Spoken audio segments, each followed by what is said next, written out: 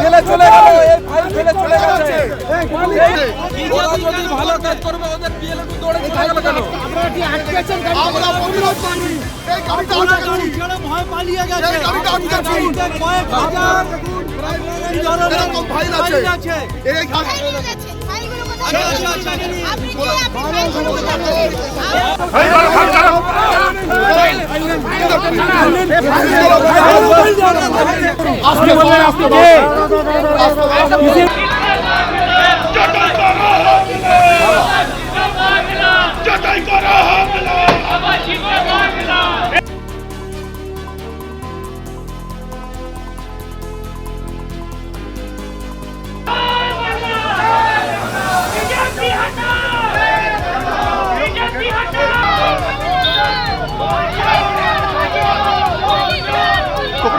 বিজেপির কিছু কর্মী এখানে 7 নম্বর ফর্ম জমা দিতে এসেছিলেন, নাম বাতিলের ফর্ম। তো সেইগুলো আমাদের কয়েকজন উকিল দেখতে পায় এবং তারা ভাবে যে এটা কোর্টের কাগজ নয়, এই ফর্মগুলো, এতগুলো ফর্ম কোনো কোর্টে আসতে পারে না। পরবর্তীকালে তারা দেখে যে এসডি অফিসে যাচ্ছেন এবং তারা তখন এটাকে ধরেন। ধরার পরিপ্রেক্ষিতে তাদের যখন কোশ্চেন করা হয়, সেই কোশ্চেনের পরিপ্রেক্ষিতে তারা ফর্মগুলো ফেলে আগুন লাগিয়ে পালিয়ে যায় এবং তারা গাড়িটিও লক করে পালিয়ে যায়। তখন সেই উকিলরাই বিভিন্ন জায়গায় আওয়াজ করাতে চারদিকে সার্কুলেট হয়ে যায়। আমাদের কর্মী নেতা সবাই এখানে উপস্থিত হয়। গাড়িটির লক অবস্থায় তারা পালিয়ে যায়। গাড়ির ভেতরেও দুনিয়ার ফর্ম রয়েছেন। সেই ফর্মগুলির পরিপ্রেক্ষিতে আমরা তখন পুলিশকে খবর দিয়ে, এসডিও সাহেবকে খবর দিয়ে, এসডিও সাহেব পুলিশকে ডেকেতে পুলিশ সেই গাড়িটি সিজ করে। সেই গাড়িটি সিজ করে পুলিশ এখন নিয়ে গেছেন। পুলিশ নিয়ে যাওয়ার পরে সেই গাড়িটির ভিতরে কত ফর্ম আছে, কোন কোন এলাকার আছে, সমস্ত দেখে তার সিজার লিস্ট ব্যবস্থা করা হচ্ছে।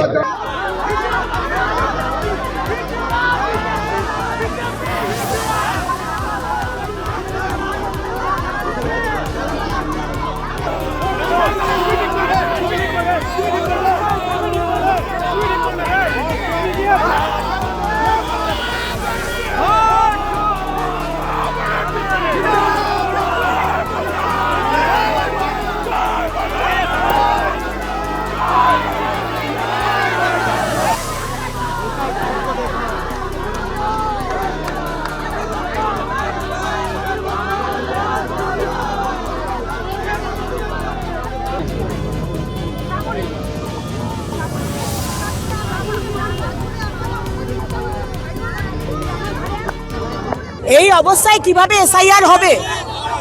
মমতা ব্যানার্জি এসআইআরকে থামাবার চেষ্টা করছে। আমরা ফর্ম 7 দেব। এবার ফর্ম 7 যেগুলো জ্বালিয়ে দিল, ছিঁড়ে দিল, সেগুলো কি করা হবে? ইসিআই তার জবাব দিক। মমতা ব্যানার্জি চাইছেন এসআইআর না হোক, কারণ এই 15 বছর ধরে যে রোহিঙ্গা বাংলাদেশি ডাবল ভোটারদের দিয়ে উনি জিতে এসেছেন, তাদের নামগুলো তো বাদ যাবে, এবার বাদ যাচ্ছে। সেটাই ওনার সহ্য হচ্ছে না।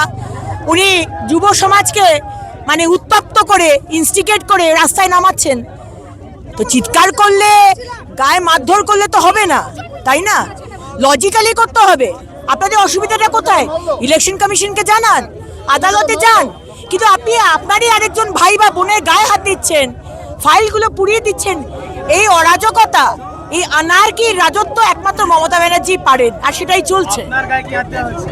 ঠেলাঠেলি করা হয়েছে, আমাকে মারধর করা হয়নি, আমাকে কিন্তু ঠেলাঠেলি, আমিও ঠেলাঠেলির মধ্যে পড়েছি। আমার কার্যকর্তার মাথা ফাটিয়ে দিয়েছে অঞ্জনা, তার মাথা ফেটে গেছে। আজকে তাপসদা, তাকে মারধর করা হয়েছে। আজকে বহু কার্যকর্তাকে মারা হয়েছে। তো এগুলো তো মানা যায় না। এসআইআরের ফর্ম 7 জমা দেওয়াকে কেন্দ্র করে আজ সকাল থেকে উত্তেজনার সৃষ্টি হয়। তৃণমূল অভিযোগ করে যে বিজেপি ভুয়ো ফর্ম 7 জমা দিতে এসেছিল এবং সেই ফর্ম কেড়ে নিয়ে তৃণমূল সমর্থকরা আগুন ধরিয়ে দেয়।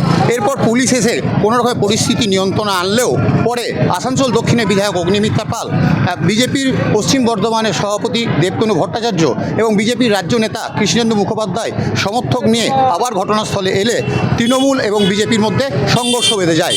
এরপর পুলিশ কোনো রকমের পরিস্থিতি নিয়ন্ত্রণ করলেও পরে অগ্নিমিত্রা পাল এবং কৃষ্ণেন্দু মুখোপাধ্যায় সহ বিজেপি নেতৃত্বরা কোর্ট রোড অবরোধ করেন এবং সেখানেই বসে পড়েন।